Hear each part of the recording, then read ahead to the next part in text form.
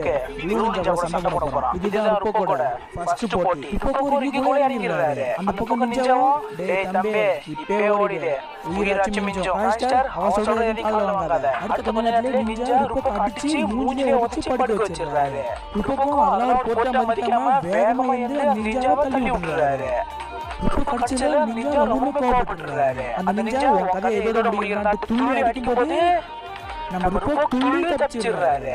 திருப்பி அடிக்க வந்த நம்ம நிஞ்சாவை நம்ம ருப்போக்கு காலை அடிச்சிராரு. அந்த நிஞ்சாவுக்கு செம கோவம். யாரா அவன் நேத்து வந்தவன் இவனே அடிக்கிறான் அப்படின்ட்டு. அந்த நிஞ்சா டேய் தம்பி உன் கதையை இத்தோட முடிக்கணும் அப்படின்ட்டு ருப்போக்கு கீழ தள்ளி செமையா அடிக்க ஆரம்பிச்சிராரு. நம்ம ருப்போக்கு எவ்வளவு ட்ரை பண்றாரு தடுக்க, ஆனா அவரால தடுக்க முடியல. நிஞ்சா போட்டு செமையா அடிக்கிறாரு. அவ்வளவுதான், என்ன அவ்வளவுதான் புரியல. அவ்வளவுதான் ருப்போட கதை முடிஞ்சது. நிஞ்சா அடிச்சாலே ருப்போக்கால அசைய முடியல. ஏன் முடியல பாருங்க. அந்த நிஞ்சா டேய் நான் தானே இங்க எல்லாமே, என்னை எவனால அடிக்க முடியாது. அவர் அப்படி பேசிட்டு இருக்கும்போது நம்ம தலையில ருப்போக்கு